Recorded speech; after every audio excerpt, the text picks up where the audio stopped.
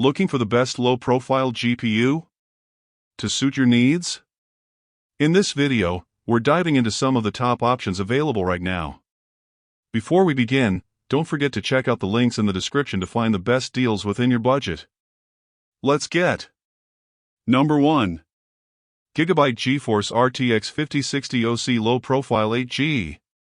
As one of the lower entries in NVIDIA's Blackwell series, the RTX 5060 has a low board power of 145W. GIGABYTE takes advantage by creating the low-profile version of the graphics card. Coming in with dimensions of 182 by 69 by 36 mm, the model uses a 3-fan cooling design and a half-height dual-slot card. Integrating copper heat pipes in direct contact to the die, it easily transfers heat away into the heatsink, and with a rather open design, the fans can push that out away from the GPU.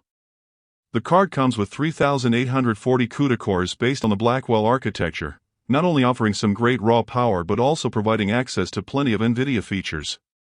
That includes the option to use DLSS 4 and some top-level upscaling that can be vital to providing some big performance boosts to the lower-end graphics cards. It only has 8 GB of GDDR7 memory, which is fast and provides a bandwidth of 448 GB per second, but that might not be enough to cover the higher needs of modern gaming. Number 2. Asus GeForce RTX 4060 LP BRK OC. Specifications: CUDA cores, 3072. VRAM, 8 GB GDDR6. Memory bus, 128-bit. Base clock speed, 2460 MHz. Boost clock speed, 2520 MHz. Now, we have reviewed the Asus ROG Strix variant of the RTX 4060, and we can vouch for its performance. The LP variant here is from the same range, so you can expect similar performance and build quality. Compared to the ROG Strix, this LP card is small. The dimensions look like 7.4 by 2.72 by 1.53 inches. Plus, it weighs 11.2 ounces, which is lighter than standard GPUs that can weigh around 2.5 pounds.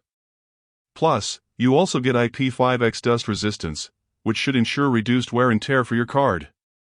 In terms of performance, the LP version can be overclocked to 2520 MHz, which is only a slight boost from what the original NVIDIA card offers. Still, you get access to overclocking abilities in a compact card, along with access to plenty of NVIDIA features like DLSS 3. Further, even with the smaller profile, Asus hasn't compromised with the fans for this model. The card sports 3 fans with dual ball bearings, which promise enhanced cooling. So, if you decide to overclock the GPU, this cooling system should help you with it. In terms of price, even now, with its success in releases, the RTX 4060 LP is nearly $400. Considering the launch price for the GPU was $299, you're paying nearly $100 more for the privilege of the low-profile model. Number 3. MSI Gaming RTX 3050 LP 6G OC Graphics Card. Specifications: CUDA cores, 2304. VRAM, 6 GB GDDR6. Memory bus, 96-bit. Base clock speed, 1042 MHz. Boost clock speed, 1492 MHz. Another option is the previous generation and Ampere series graphics cards. At the low level, we have the RTX 3050, which we have reviewed separately. However, looking at a low-profile RTX 3050 from MSI, it's, in fact, the 6 GB version it has to offer that might not be quite as equal to the full card. This is especially true considering it has a 96-bit bus with a 6 GB GDDR6. With a memory clock of just 15 gigabits per second, it has a total bandwidth of around 168 gigabytes per second, so it's not the speediest option when it comes to memory. This is a much slower option because NVIDIA has started installing GDDR7 on the latest cards. It comes with 2,304 CUDA cores on board, clocked at a 1042 MHz clock rate, with a potential boost of up to 1492 MHz, a 1% increase over NVIDIA's factory setting. Utilizing a PCIe Gen 4 X8 slot as well, it has all the essentials of the Ampere generation, with a size of 174 by 69 by 42 mm and a power consumption of 70 W.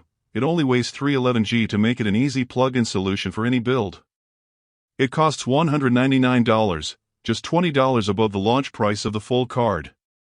So, if you're after a simple 1080p card for light gaming, the RTX 3050 LP is a strong pick.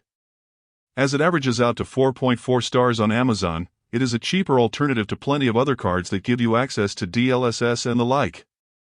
Number 4. PowerColor AMD Radeon RX 6400 Low Profile. Specifications: streaming processors, 768. VRAM, 4GB GDDR6. Memory bus, 64-bit. Base clock speed, 1923 MHz. Game/boost clock speed, 2039/2, 321 MHz. Now, if you're looking for an option from Team Red, you have to look a decent amount back to find a low-profile graphics card model. To build that kind of model, you need a low TDP, and the RX 6400 comes with a 64W rating. This allows PowerColor to produce a low-profile model with just one central fan. The GPU, built on the Navi 24XL die, has 768 stream processors from the Radeon A2 architecture and 4GB of GDDR6 memory, which isn't a whole lot. It has a 64-bit memory bus and a speed of 16 gigabits per second, and it has a 128 gigabytes per second bandwidth. At the same time, the core itself is clocked in with a 2039 MHz game and 2321 boost clock for a speedy option for its time. All of that comes in a package size of 155 by 120 by 18 mm, which is a compact size to install. With the fan being a 2-ball bearing option and 0 dB silence setting, it is built for longevity as well. A card made for 1080p gaming, it has the ability to use FSR technology to improve performance as well as to get even more out of it. That comes in at a cost of $170, about $10 more than the MSRP of the 6400, not a bad addition for a custom model. Number 5. ASRock Intel RK380 Low Profile. Specifications: shading units, 1024. VRAM, 6GB GDDR6. Memory bus, 96-bit. Base clock speed, 2000 MHz. Boost clock speed, 2050 MHz. Another manufacturer that has entered the market is Intel, which has 2 generations of GPUs at the lower end of the scale. So we look to the first Alchemist generation to find an appropriate low-profile GPU. This time, it is the ASRock A380. Inside, you get the ACM G11 GPU variant, containing 1025 shading units. While clocking in at a speed of 2000 MHz, it is a very simple GPU to go for. However, it does offer a decent amount of memory, with 6GB of GDDR6. Clocked in at 15.5 gigabits per second with a 96-bit bus, it comes with a 186 gigabytes per second bandwidth. With a package size of 169 by 69 by 39 mm and a weight of 263 g, it is definitely a small, low-profile card to go for. It also comes with a variety of Intel features like CSS, which might be enough for some basic 1080p performance. The GPU's cost isn't even that high, as the ASRock Intel RK380 costs $100. That's even $50 cheaper than the release price, likely thanks to the Battlemage series release.